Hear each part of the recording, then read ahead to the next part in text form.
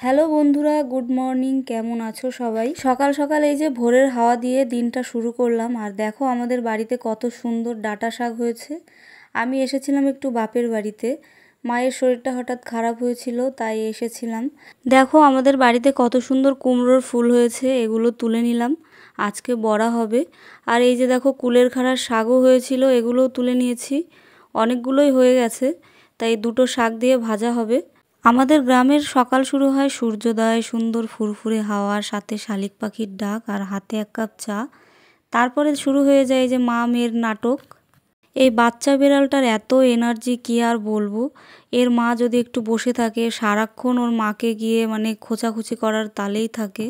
আর মেনিকে তো তোমরা চেনোই, ও ছিল একটা পাড়ার বেড়াল। হট করে একদিন আমাদের বাড়িতে এসেছিল আর আমি ওকে একটু খেতে দিয়েছিলাম, তারপর থেকে আমাদের বাড়িতেই রয়ে যায়। মেনির হয়েছিল হচ্ছে 3টে বাচ্চা, হবার সময় একটা বাচ্চা মারা গেছিল, তারপর কিছুদিন পরে আরেকটা বাচ্চা মারা যায়। আর এই যে অবশিষ্ট ইনি আছেন। আর সব থেকে মজার বিষয় হলো ওই বাচ্চা বিড়ালটা যদি একটু চোখের আড়াল হয় ওর মা খুঁজে খুঁজে বার করে নিয়ে আসে। আর সারাক্ষণ এ কিছু না কিছু করার তালেই থাকে। দেখতে ভালোই লাগে কিন্তু এত বিরক্তি, মাঝে মাঝে রাগও হয়ে যায়।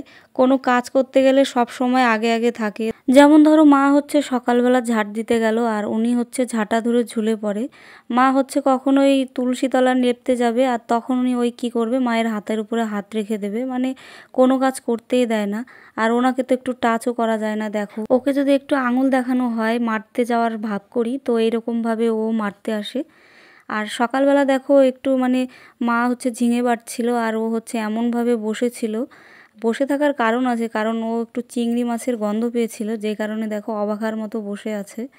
আর সকালবেলা রান্না হয়েছিল কুমড়ো ফুলের বড়া ভাজা আর ওই যে সেই শাক ভাজা আর ঝিঙে বাটা করেছিলাম। আর গরমের সময় করেছিলাম একটু টক ডাল। আর শাকের সাথে কাসুন্দি না হলে তো জমে না, তাই একটু শাকের সাথে কাসুন্দি দিয়ে এইভাবে মেখে খাচ্ছি। তোমরা একদিন খেয়ে দেখো, খুব ভালো লাগবে। তারপরে এই যে মাঠে বাড়ির সামনে ধান হয়েছিল আর সেই ধানটা একটু কাটতে চলে আসলাম, কারণ মায়ের শরীর ভালো না, মায়ের কষ্ট দেখে ভালোও লাগে না, তাই না পারলেও ওই করতে আসি আর কি, যেটুকুই পারি।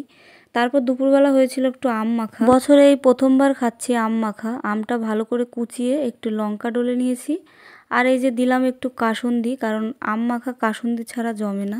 আর সাথে একটা লঙ্কাও পুড়িয়ে নিয়েছিলাম। অনেকে আবার আম মাখাতে চিনি দেয়, আমি আবার ওই চিনিটা পছন্দ করি না। আগে 1 গামলা আম মাখা হতো, সব বান্ধবীরা বসে এক জায়গায় খেতাম মজা করে। যাই হোক, সেই সব দিনগুলো এখন অতীত। আর আমি একটু আম মাখায় দিয়ে দিচ্ছি গন্ধরাজ লেবু। বাড়ির লেবু গাছটা মারা গেছে তাই একটু সেন্ট হওয়ার জন্য দিলাম। বন্ধুরা, ভিডিওটা কেমন লাগলো সকলে জানিও। সবাই ভালো থেকো, দেখা হচ্ছে পরের ব্লগে।